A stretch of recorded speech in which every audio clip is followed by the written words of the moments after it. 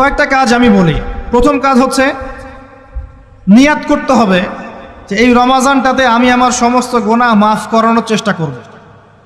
কারণ নবী সাল্লাল্লাহু আলাইহি ওয়াসাল্লাম বলেছেন, সেই ব্যক্তির জন্য ধ্বংস যে ব্যক্তি রমজান মাসকে পেয়েছে কিন্তু তার গুনাহ মাফ করাতে পারে না। কে জানে এটা আমাদের শেষ রমাজান হতে পারে, আল্লাহ না করুক।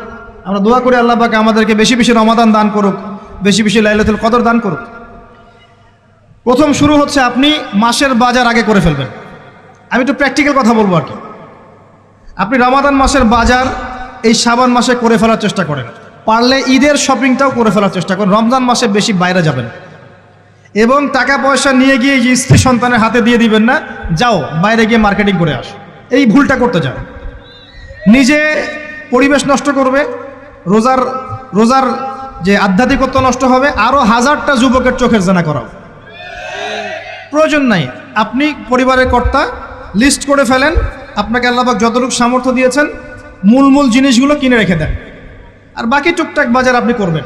আর যখন বাজারে যাবেন একটা দোয়া পড়বেন, আপনি 10 লক্ষ নেকি পাবেন ইনশাআল্লাহ। কত লক্ষ? 10 লক্ষ। দোয়াটা শিখাচ্ছি।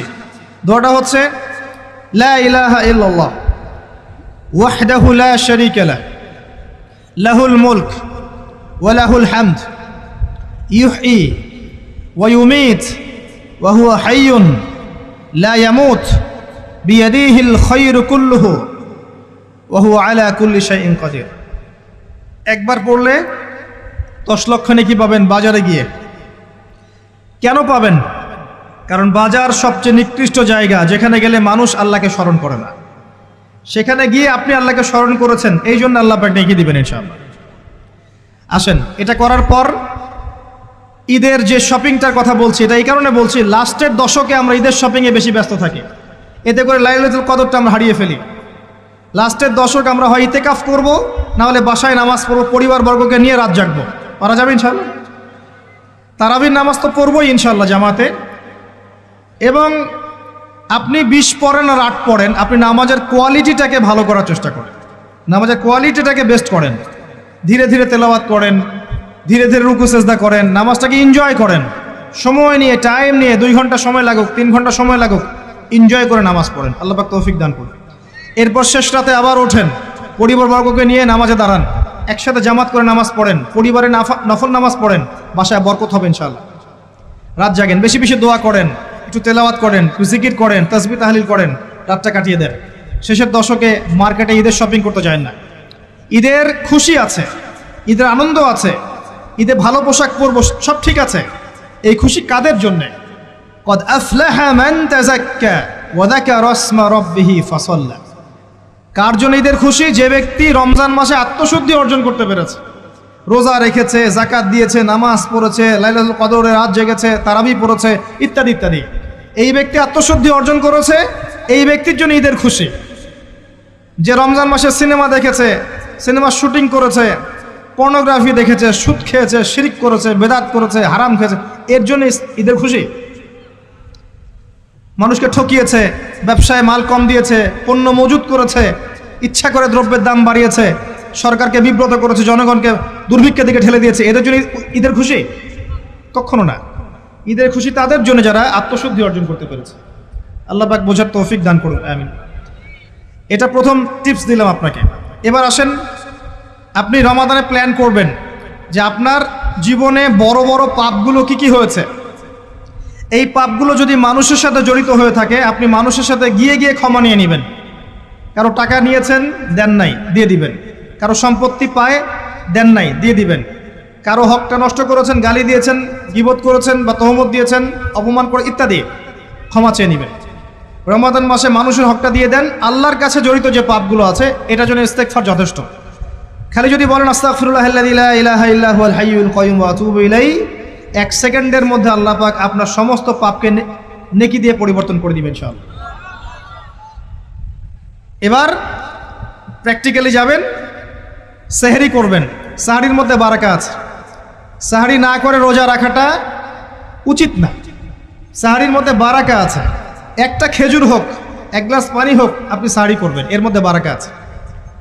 এবং সাহরির সময় এমনভাবে খাবেন না যে এটা আপনার জীবনের শেষ খাওয়া। কথা বুঝতে পারছেন? এত বেশি আইটেম করতে যায় না, এত বেশি ভোগবিলাসী হয়ে গেলে রোজার আধ্যাত্মিকত্ব থাকবে না।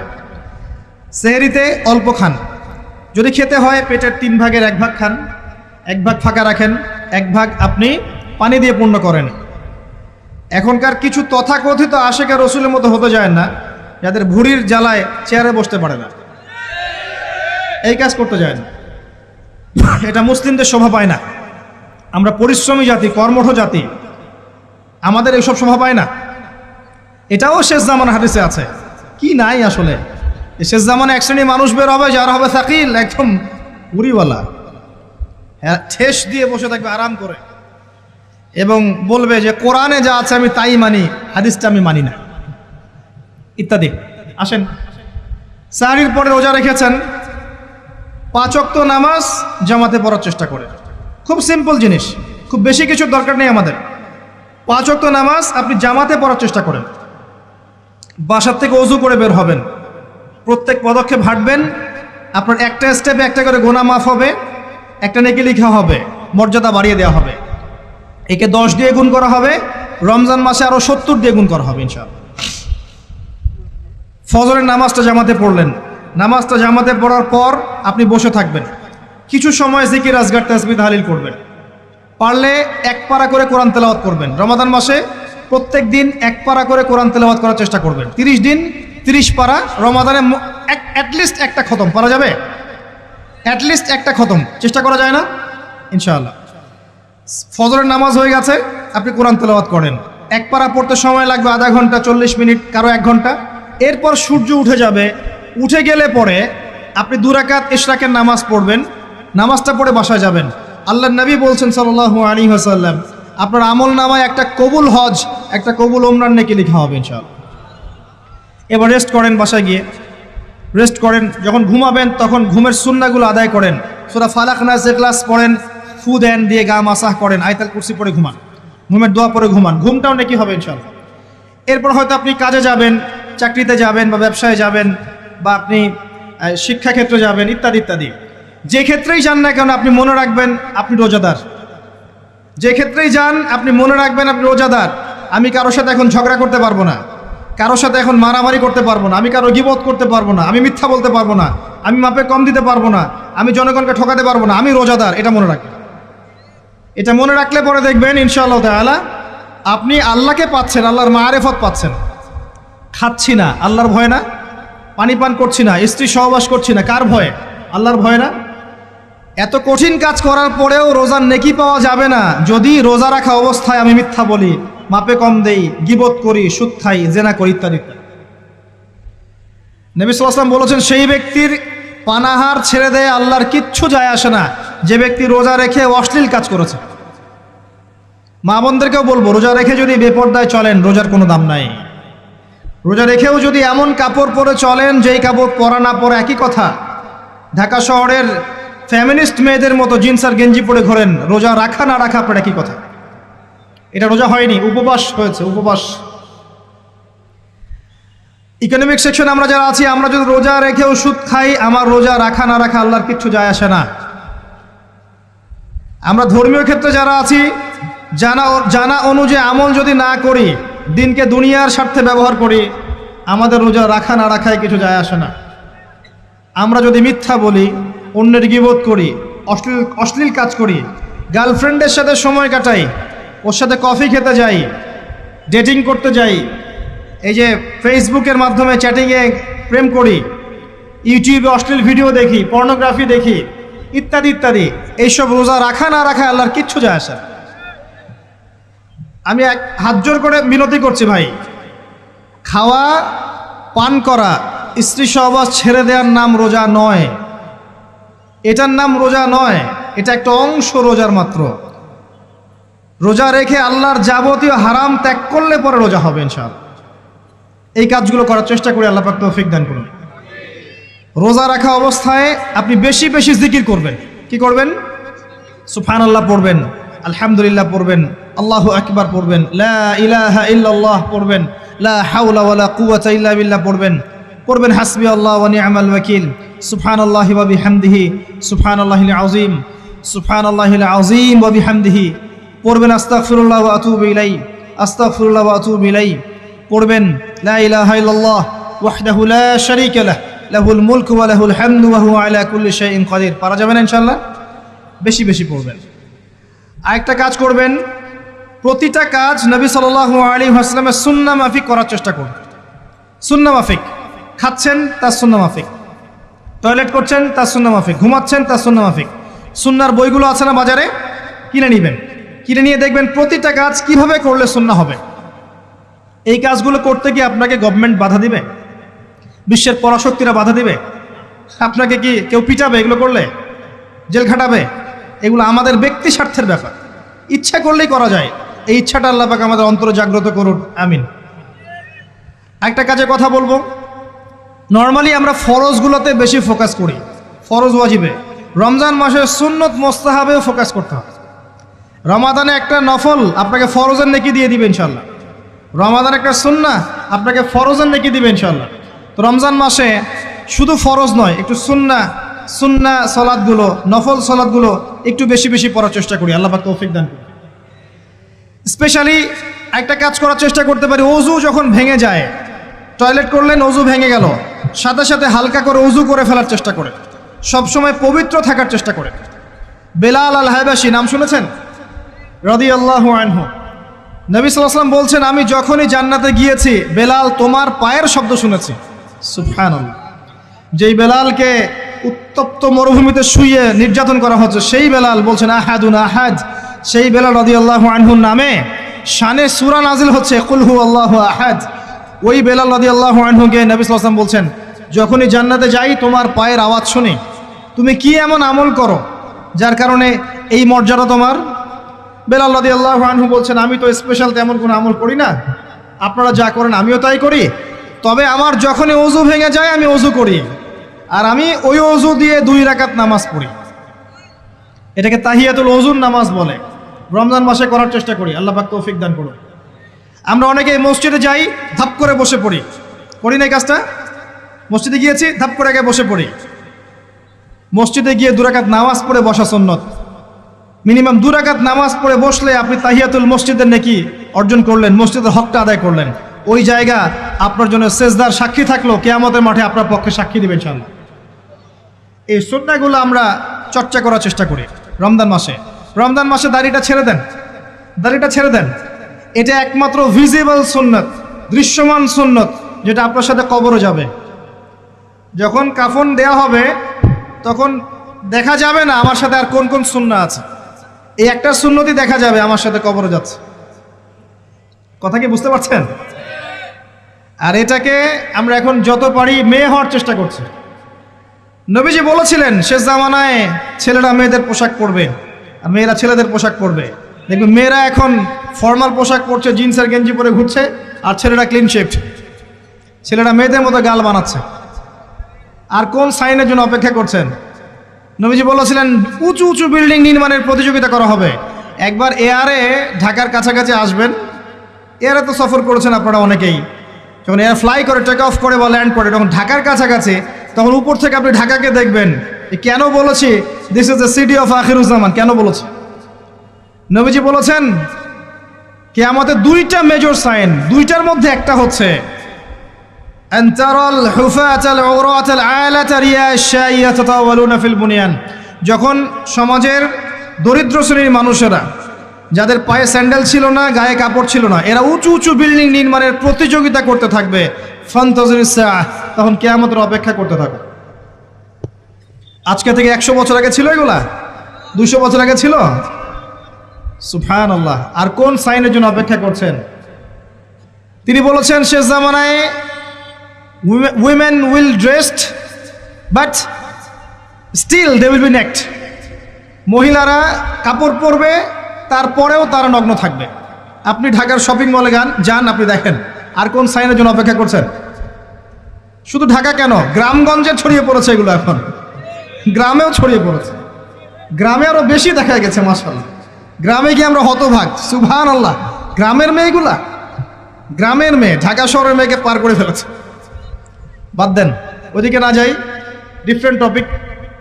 আমরা রমাদান মাসের সুন্নাহগুলো আমল করার চেষ্টা করি। তাহিয়াতুল মসজিদ আমল করার চেষ্টা করেন, তাহিয়াতুল ওযু আমল করার চেষ্টা করেন, বেশি বেশি জিকির করেন। এবার আসেন রমাদানে জাকাত হিসাব করবেন। জাকাত, আপনার জাকাত হিসাব করেন কত টাকা জাকাত এসেছে। জাকাতের হিসাব জানেন তো? হ্যাঁ, 7.5 ভরি স্বর্ণ, রৌপ্য কত? 52.5 তোলা। আপনার এই চাষাবাদের ওসর আসে, ব্যবসায়িক পণ্য থাকলে, সঞ্চিত সম্পদ থাকলে সব কিছু হিসেব করে মুফতি সাহেব আছেন, কওমি মাদ্রাসার আলেমদের কাছে যাবেন, জাকাতের ক্যালকুলেশন করে নেবেন যে আমার এত টাকা জাকাত এসেছে। এভাবে জাকাতটা রমজান মাসে দিয়ে দেওয়ার চেষ্টা করেন। জাকাত যদি আমরা না দেই, একটা শাস্তি শুনে রাখেন, আল্লাহ পাক এই সম্পদগুলোকে একত্রিত করে গলাবেন, গলিয়ে কপালে, গালে আর এই যে পিঠে লেপটে দিবেন, বলেন নাউজুবিল্লাহ। এবং এটা একটা সাপের আকৃতি ধারণ করবে, সাপ গলায় পেঁচানো থাকবে, কপালে দংশন করতে থাকবে, বলবে আমি তোমার মাল সাত ভোগ করো, আমি তোমার মাল সাত ভোগ করো। কবর এটা হবে, আমরা চোখে না দেখলে ওটা সত্য। নবীজি দেখে এসেছে মেরাজের রাতে এগুলা। এরপরে জাকাতের একটা সুবিধা আছে, এটা আমরা বুঝাতে পারি না। জাকাত ইসলামিক ইকোনমিক্সের বেইস। জাকাত ধনীর সম্পদে গরিবের হক। যে গরিবের কাছে টাকা পয়সা নাই, আপনার টাকা ওর হাতে চলে যাবে, ও খেয়ে পরে বাঁচতে পারবে, এটাই জাকাত। বুঝতে পারছি? জাকাতটা না দেন, ও আস্তে আস্তে আস্তে আস্তে আরও দরিদ্র হতে থাকবে। এর উপর আবার সুদ আছে, আবার পেপার মানিও আছে। জাকাতগুলো দিয়ে দেন, আল্লাহর ওয়াস্তে জাকাত দিয়ে। অনেক মুসলিম আছে আমরা নামাজ পড়ে জাকাত দেই না। অনেক মুসলিম আছে জাকাত দেয় না, নামাজ পড়ে। জাকাত অস্বীকারীদের বিরুদ্ধে আবু বকর সিদ্দিক রাদিয়াল্লাহু আনহু যুদ্ধ করেছিলেন। অ্যাজ এ আমির, রাষ্ট্রের পক্ষ থেকে যুদ্ধ করেছিলেন। আল্লাহ পাক আমাদেরকে জাকাত আদায় করার তৌফিক দান করুন। ফসল থাকলে ফসল, এর ওসর আসবে, ওসর এটা দিয়ে দিবেন। সেচের পানিতে হলে এক হিসাব, আর আপনার বৃষ্টির পানিতে হলে এক হিসাব। রমজান মাসে বেশি বেশি দান সাদাকা করবেন, বেশি বেশি মানুষকে দান সাদাকা করেন। পণ্যের দাম কমিয়ে দেন, মানুষকে সাদাকা করেন। প্রত্যেকটা দিন 10 টাকা, 20 টাকা, 100 টাকা সাদাকা করতে চেষ্টা করেন। এক একটা সাদাকা 70 গুণ বেড়ে যাবে ইনশাআল্লাহ। আমি আরেকটা নসিহা করব, রমজান মাসে বেশি থেকে বেশি মানুষকে খাওয়ান, বেশি বেশি খাওয়ান, ইফতার করান। আমি বলি মসজিদগুলোতে প্রত্যেক দিন আসর থেকে মাগরিব পর্যন্ত দিনের কথাবার্তা আলোচনা করেন, তালিম করেন। আপনাদের কাছে বই আছে, মুনতাকা হাদিস আছে, ফয়জুল কালাম বই আছে, রিয়াদুস সালেহিন বই আছে, মেশকাত আছে, আলেম আছেন, ইমাম সাহেব আছেন। একটা বিশেষ বিষয় নিয়ে আলোচনা শুরু করেন, মাগরিব পর্যন্ত আলোচনা চলবে, সবাই মিলে ইফতার করেন। একটা ইসলামিক পরিবেশ গড়ে তোলেন, মানুষকে ইফতার করেন, বেশি বেশি ইফতার করেন। আপনার সামর্থ্য থাকলে, সামাজিক যদি পদমর্যাদা থাকে, সমাজের মানুষকে আপনি ইফতার করান, ইফতার পার্টি করে, ইফতার অ্যারেঞ্জমেন্ট করেন। পার্টি বলা ঠিক না, আসলে ইফতার মাহফিল বলতে পারি আমরা।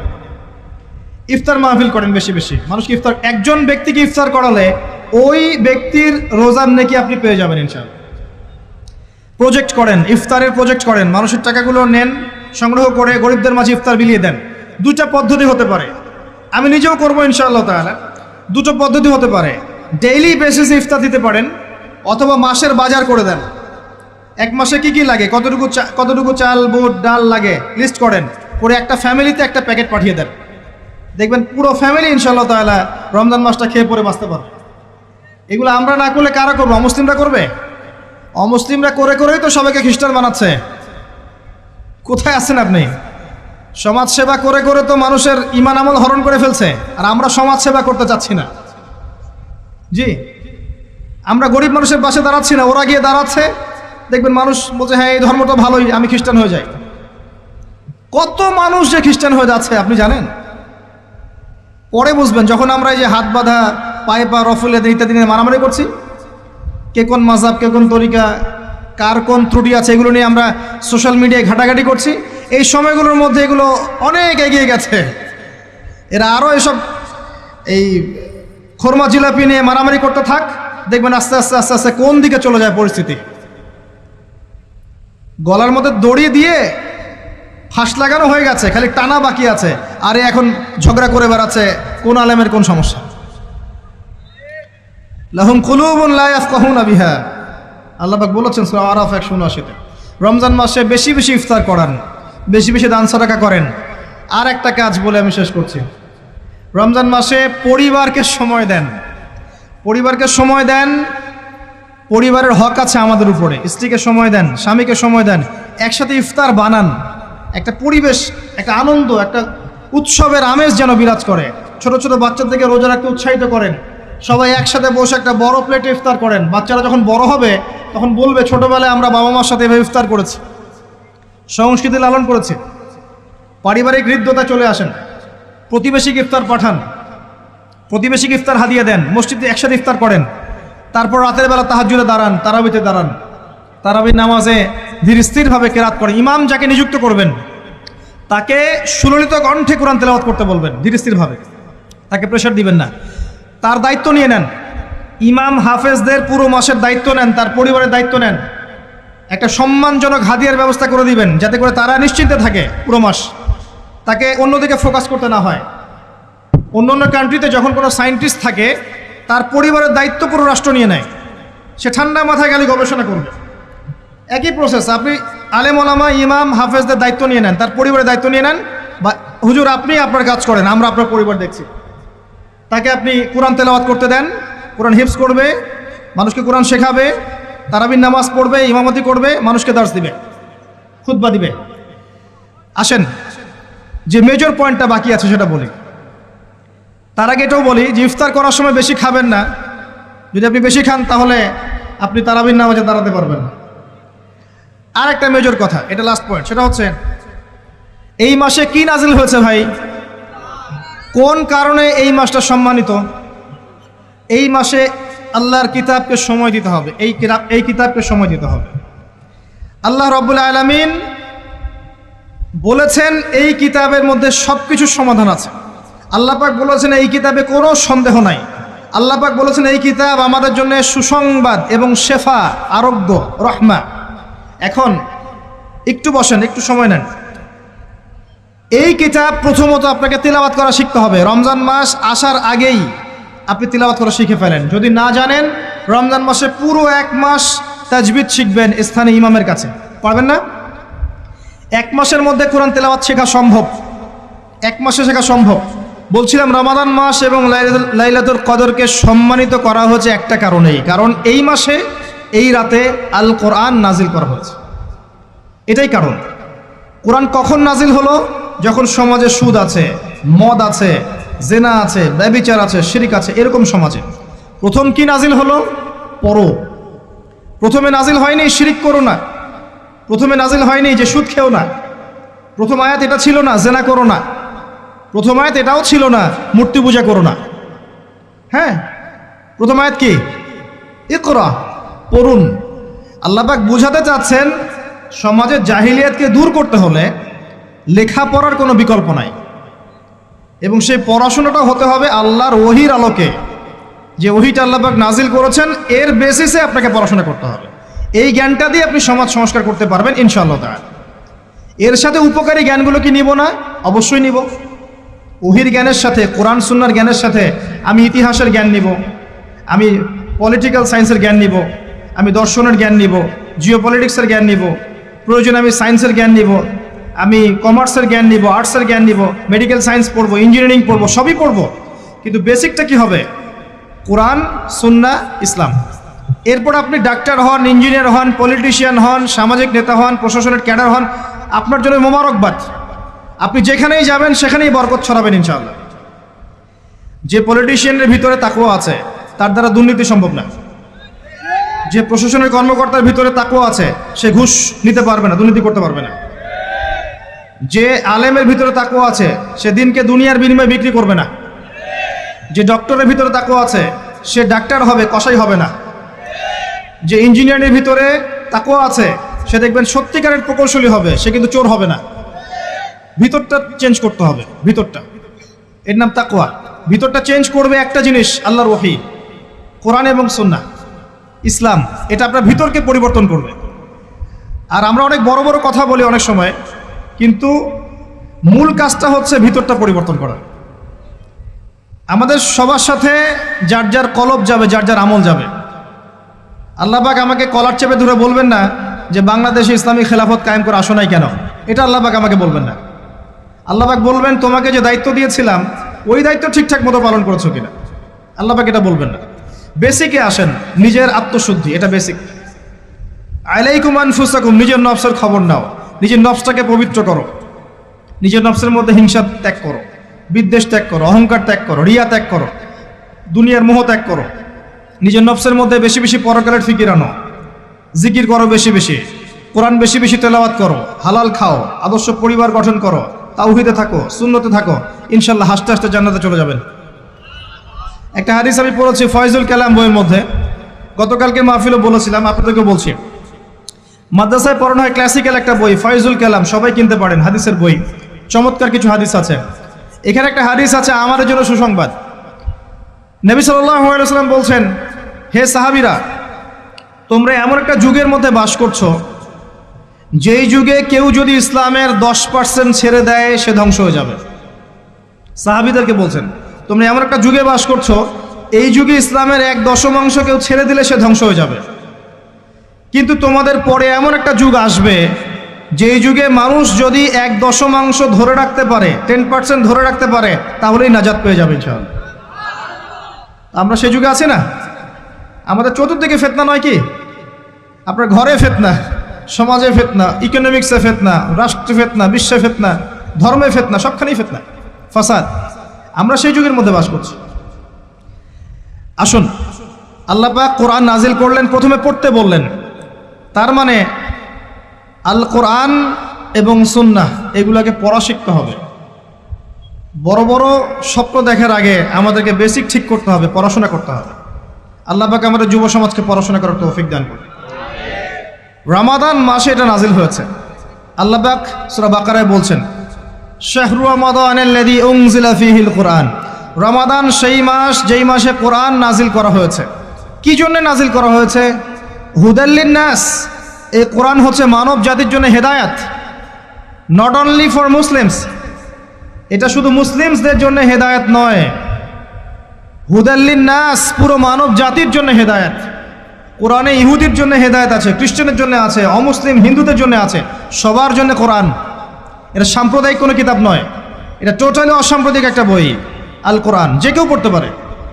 এটা কারো পৈতৃক সম্পত্তি নয় যে একটা শ্রেণীর মানুষই পড়বে বাকিরা পড়বে না, সবাই পড়বে ইনশাআল্লাহ তাআলা। এটা আল্লাহর কিতাব, আল্লাহর কালাম। হুদাল লিন্নাস ওয়া বাইয়িনাতিন মিনাল হুদা, এটা হচ্ছে সত্য মিথ্যার মানদণ্ড। বাইয়িনাত, সুস্পষ্ট মানদণ্ড। আর কি? ওয়াল ফুরকান, প্রমাণ, হুজ্জাত, দলিল। এটা আল্লাহ পাক কোরআন সম্পর্কে বলছেন।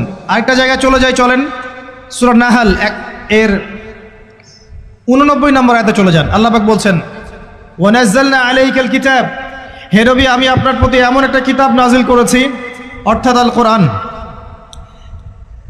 ওয়া নাযালনা আলাইকাল কিতাব তিবয়ানান লিকুল্লি শাই, যেই কিতাবটা প্রত্যেকটা বিষয়ের ব্যাখ্যা। আপনি কি আমার কথা শুনতে পারলেন? আল্লাহ বলছেন কোরআন প্রত্যেকটা বিষয়ের ব্যাখ্যা। আপনার ব্যক্তি জীবন এখানে আছে, আপনার ব্যবসায়িক জীবন এখানে আছে, অর্থনৈতিক জীবন এখানে আছে, পারিবারিক জীবন এখানে আছে, সামাজিক লাইফ এখানে আছে, সব কিছু আছে। তিবিয়ানান লিকুল্লি শাই, প্রত্যেকটা বিষয়ের ব্যাখ্যা এখানে আছে। তিবিয়ানান লিকুল্লি শাই ওয়া হুদা ওয়া রাহমাতান ওয়া বুশরা লিল মুসলিমিন। এই কোরআন হচ্ছে হেদায়াত এবং রহমত, দয়া। ওয়া বুশরা লিল মুসলিমিন, মুসলিমদের জন্য সুসংবাদ। এই কোরআন শুরুতে আছে আলিফ লাম মিম যালিকাল কিতাব লা রাইবা ফিহ। এটা এমন একটা কিতাব যেই কিতাবের মধ্যে কোনো সন্দেহ নাই। কোন লেখক বলতে পারে আমার বইয়ের মধ্যে কোনো সন্দেহ নাই? সন্দেহের কোনো অবকাশই নাই। লা রাইবা ফিহ হুদাল লিল মুত্তাকিন, মুত্তাকিদের জন্য এটা হেদায়াত। মুত্তাকি কারা? আল্লাযীনা ইউমিনুনা বিল গায়ব, যারা অদৃশ্যে বিশ্বাস করে। ঈমানের 6 পিলার সবই অদৃশ্য নয় কি? আল্লাহ অদৃশ্য, ফেরেশতা অদৃশ্য, আসমানে আগের কিতাবগুলো দেখি নাই, অদৃশ্য। নবী রাসূলগণ দেখি নাই, অদৃশ্য। পরকাল ওয়াল ইয়াউমিল আখির, ওয়াল ইয়াউমিল আখির দেখি নাই, অদৃশ্য। ওয়াল কদরি খায়রিহি ওয়া শাররিহি, তাকদীর অদৃশ্য। আল্লাযীনা ইউমিনুনা বিল গায়বি, মুত্তাকি তারা যারা গায়েবে বিশ্বাস করে, অদৃশ্যে বিশ্বাস করে।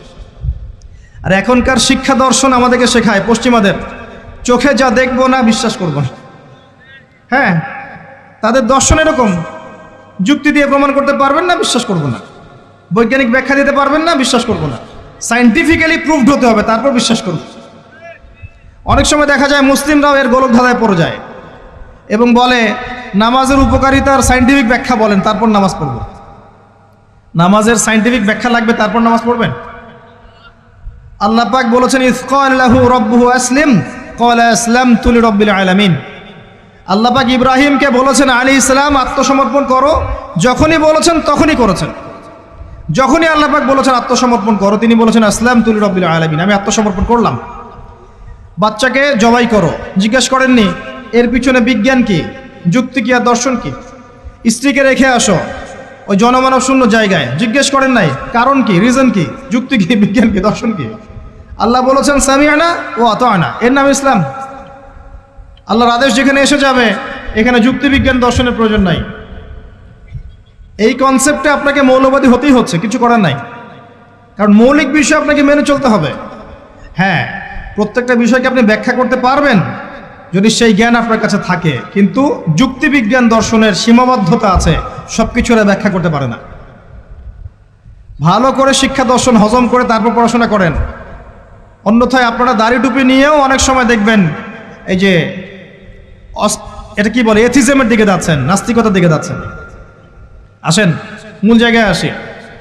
আল্লাহ রাব্বুল আলামিন কোরআন সম্পর্কে কথা বলছেন, লা রাইবা ফিহি, এর মধ্যে কোনো সন্দেহ নাই। একই সূরার মধ্যে আল্লাহ পাক বলছেন যে ওয়া ইন কুনতুম ফি রাইবিন মিম্মা নাযালনা আলা আবদিনা ফাতু বিসূরাতিন মিন মিথলি, তোমরা যদি এই কিতাব নিয়ে সন্দেহ করে থাকো যে এই কিতাব আল্লাহর পক্ষ থেকে এসেছে নাকি অন্য কারো পক্ষ থেকে এসেছে, তোমরা যদি এই কিতাব সম্পর্কে সন্দেহ পোষণ করো যেটা কি আল্লাহর পক্ষ থেকে এসেছে না অন্য কারো পক্ষ থেকে এসেছে, তাহলে এর মতো কিছু আয়াত নিয়ে এসে দেখাও, একটা সূরা রচনা করে দেখাও। ওয়াদউ শুহাদাকুম মিন দুনিল্লাহি ইন কুনতুম সাদিকিন, তোমাদের যত সাক্ষী আছে, সহকর্মী আছে, তোমাদের সাপোর্ট দেওয়ার মতো যারা যারা আছে সবাইকে ডেকে নিয়ে আসো, এনে এই কোরআনের মতো একটা সূরা রচনা করে দেখাও যদি সন্দেহ পোষণ করে থাকো। আল্লাহ এর পরে বলছেন ওয়া ইল্লাম তাফআলু, তোমরা যদি এটা করতে না পারো, ওয়ালাম তাফআলু, কোশ্চেন কালেও পারবে না। তোমরা যদি এটা করতে না পারো, মানে একটা সূরা রচনা করতে না পারো, এরকম কোনো কিতাব রচনা করতে না পারো, একটা আয়াতও রচনা করতে না পারো, তাহলে জেনে রাখো ফাত্তাকুন নার আল্লাতী ওয়াকুদুহা আন-নাস ওয়াল হিজারা, সেই আগুনকে ভয় করো যার ইন্ধন হবে মানুষ এবং পাথর। উইদ্দাত লিল কাফিরিন, যা কাফেরদের জন্য প্রস্তুত করা হয়েছে। আল্লাহ পাক এই কোরআনটা নাজিল করেছেন কোন মাসে ভাই? রমাদান মাসে। আসেন প্রথমে বলে নেই আমরা রমাদানকে কিভাবে পালন করার চেষ্টা করব, এরপরে আসছি রমাদানকে কেমন করে কোরআনময় করবেন। এই দুইটা পয়েন্ট। এক নাম্বার, হতে পারে এই রমাদান আপনার জীবনের শেষ রমাদান হতে পারে। শয়তান আপনাকে তিনটা ধোঁকা দিতে পারে। শয়তান আপনাকে বোঝাতে পারে আপনি অনেক জানি, আমার জানার দরকার নাই। শয়তান বোঝাতে পারে আমার বয়স হয়ে গেছে, আমার দ্বারা হবে না। শয়তান বোঝাতে পারে আমার অনেক সময় পড়ে আছে, পরে শিখে নিব। আল্লাহর ওয়াস্তে শয়তানের ধোঁকায় পড়বেন না। এই মাসে কোরআন শেখেন, কে জানে আপনি আগামী মাস পান কিনা। কোরআন শিখে নেন, রমজান মাসে তেলাওয়াত করে শিখে নেন, কি পাবেন? কয়েকটা হাদিস বলছি। নবী সাল্লাল্লাহু আলাইহি ওয়াসাল্লাম বলেছেন এই কোরআন আপনার পক্ষে দলিল হবে অথবা বিপক্ষে দলিল হবে। হুজ্জাতুন লাকা ওয়া আলাইক, আপনার জন্য শাফিউল আসহাব, এটা সুপারিশকারী হবে আপনার জন্য। প্রত্যেক হরফে আপনি 10টা করে নেকি পাবেন। কোনোদিনও আমি বলি নাই কোরআন তেলাওয়াত করলে নেকি হবে না। এই যে কাটছাট ভিডিও দেখলে আলেম ওলামাও ভুল মেসেজ পায়, এবং দেখা যায় একজন বরেণ্য আলেম হয়েও ভুল কথা বলতে শুরু করে। এজন্যই বলি এর ক্ষতিকর দিক কত। মূল বিষয় তার নখদর পড়ে নাই, একটা কাটছাট ভিডিও দেখেছে, দেখেই কথা বলা শুরু করলো। কিন্তু সে আলেম, তার জানা উচিত কাফা বিল মারই কাযিবান ওয়া হুয়া ইয়াকুল কুল্লামা সামিআ, একজন মানুষের জন্য মিথ্যাবাদী হওয়ার জন্য এতটুকু যথেষ্ট, যা শুনলাম যাচাই বাছাই না করেই প্রচার করলাম। ইয়া আইয়ুহাল্লাযীনা আমানু ইন জাআকুম ফাসিকুম বিনাবাইন ফাতাবায়ানু, কোনো ফাসিক যদি কোনো খবর নিয়ে আসে সেটা আগে তথ্য যাচাই করো, তারপরে কথা বলো। ইজতানিবু কাসীরাম মিনাজ যন, বেশি বেশি অনুমান থেকে বেঁচে থাকো। ইন্না বা'দা যন্নি ইসম, এগুলো আমরাই ভুলে যাচ্ছি এখন। আমি বলছি বারবার, স্পষ্ট করে বলছি, কোরআন তেলাওয়াত করলে প্রত্যেক হরফে 10টা করে নেকি হবে। এবং কোরআন তেলাওয়াত করলে আপনার জীবনে বরকত আসবে, রিজিকে হায়াতে বরকত আসবে, আপনার কলবে আল্লাহর নূর আসবে ইনশাআল্লাহ তাআলা। কোরআন আপনার পক্ষে সাক্ষী দিবে, আপনার পক্ষে দলিল হবে, হুজ্জা হবে ইনশাআল্লাহ। প্রত্যেক হরফে 10 নেকি। তবে তবে শুধু তেলাওয়াত করলেই আমি কোরআনের অর্থগুলো বুঝতে পারবো না, আর অর্থগুলো না বুঝলে আমি কোরআনে আল্লাহর মৌলিক মেসেজগুলো ধরতে পারবো না, ধরতে না পারলে সেই মেসেজগুলোর উপর আমল করতে পারবো না। এই কারণে কোরআনের অর্থটা বোঝা জরুরি, এর ভাষা শেখা জরুরি, কারণ আদেশ নিষেধ আমাকে মানতে যেতে হবে। এবং কোরআন গবেষণা করতে হলে অবশ্যই অর্থ জানতে হবে, ভাষা শিখতে হবে, এর তাদাব্বুর তাফাক্কুরে ডুবে যেতে হবে, যেটা শুধুমাত্র তেলাওয়াত করা সম্ভব নয়। এটা বোঝাতে চেয়েছে। এর চেয়ে পরিষ্কার করে কি বলতে পারি বলেন? সুবহানাল্লাহ। আল্লাহ পাক আমাদেরকে বোধ শক্তি দান করুন। আল্লাহর ওয়াস্তে রমজান মাসে ভাই কোরআন তেলাওয়াত বাড়িয়ে দেন। যারা হাফেজ আছেন এই মাসে হিফজ চর্চা করবেন। আমার জন্য দোয়া করেন যেন আমি এই মাসে পুরোটা হিফজ করতে পারি। হিফজ চর্চা না করতে করতে অনেকটা ভুলেই যাচ্ছি। আসলে নবী সাল্লাল্লাহু আলাইহি ওয়াসাল্লাম বলেছেন, চর্চা না করলে কোরআন এত দ্রুত কলব থেকে বের হয়ে যায় যে একটা উটকে যদি ছেড়ে দেন সে যত দ্রুত চলে যাবে। আমাদের জন্য, আমার জন্য দোয়া করবেন যাতে কোরআনের হকটা আদায় করতে পারি। আল্লাহ পাক তৌফিক দান করুন, আমিন। এবং যারা হাফেজে কোরআন তাদের উচিত আরবি ভাষা এবং সাহিত্য জেনে তাফসিরগুলো পড়ে কোরআনের আয়াতগুলো কিনে একটু গবেষণা করা, আয়াতগুলো বোঝার চেষ্টা করা, আল্লাহ পাক কী বলেছেন কোরআনের মধ্যে বোঝার চেষ্টা করা, এগুলো জনগণকে বোঝানো। এবং এটা বোঝাতে আপনি উগ্র হবেন না, চরমপন্থী হবেন না, আক্রমণাত্মক হবেন না। আমরা কেউ কারো শত্রু নই, আমরা সবাই সবার বন্ধু, সবাই সবার ভাই। আমরা সবাই সবার ভাই, এক উম্মাহ, ওয়ান উম্মাহ নেশন। তাই আমরা কোরআনের মৌলিক মেসেজগুলো যুগোপযোগীভাবে সবার সামনে তুলে ধরবো, উপস্থাপন করব, মানার জন্য ফোর্স করব না। যাকে আল্লাহ পাক হেদায়েত দিবেন সে মানবে ইনশাল্লাহ, যাকে আল্লাহ পাক হেদায়েত দিবেন না সে মানবে না, তার হিসাব সে দিবে, আমার কোনো দায় দায়িত্ব নেই। আর সর্বশেষ কথা হচ্ছে, আল কোরআন এর মধ্যে অনেক আদেশ এবং নিষেধ আছে। রমজান মাসে আমরা যদি কোরআন পড়ি আর বুঝি কিন্তু কোরআনের আদেশ আর নিষেধগুলোকে ফলো না করি, না মেনে চলি, তাহলে আদতে কোরআনের হকটা আদায় হচ্ছে না। এবং এই কোরআনের মেসেজ আমাদেরকে মুসলিম অমুসলিম সবার দ্বারে দ্বারে পৌঁছে দিতে হবে ইনশাআল্লাহ তাআলা। যেভাবে কোরআনের দাওয়াতের ফলে, হাদিসের দাওয়াতের ফলে নবী সাল্লাল্লাহু আলাইহি ওয়াসাল্লাম আইয়ামে জাহিলিয়াতের সেই জাহিলিয়াতকে দূর করে আলোকিত সমাজ প্রতিষ্ঠা করেছিলেন, ইনশাআল্লাহ আজও সম্ভব এই কোরআন সুন্নাহর দাওয়াতকে দিয়ে আজকের সমাজে চলমান জাহিলিয়াতগুলোকে দূর করে আলোকিত বাংলাদেশ প্রতিষ্ঠা করা। আল্লাহ পাক আমাদেরকে তৌফিক দান করুন, আমিন। আমি আমার আলোচনা এখানে শেষ করছি, আজকে আর লম্বা করছি না। আপনারা কষ্ট করে এসেছেন, বসেছেন, আলোচনা শুনেছেন, আদবের সাথে বসেছেন, শৃঙ্খলা রক্ষা করেছেন। আমরা দোয়া করি আল্লাহ পাক আপনাদের সবার নেক হায়াত, হালাল রিজিকে আল্লাহ পাক প্রশস্ত করুন। আমাদের সবাইকে আল্লাহ পাক রমজানে পৌঁছে দিন, রমজানে বেশি বেশি রোজা রাখার তৌফিক দান করুন। রমজান মাসে আমাদেরকে আল্লাহ পাক যাকাতগুলো দিয়ে দেওয়ার তৌফিক দান করুন, বেশি বেশি জিকির আজগার করার তৌফিক দান করুন, কোরআনের হকগুলো আদায় করার তৌফিক দান করুন, প্রত্যেক দিন এক পারা করে কোরআন পড়ার তৌফিক দান করুন। এবং আমাদের পরিবার বর্গগুলোকে আল্লাহ পাক হেদায়েত দান করুন। আল্লাহ রাব্বুল আলামিন আমাদের প্রশাসন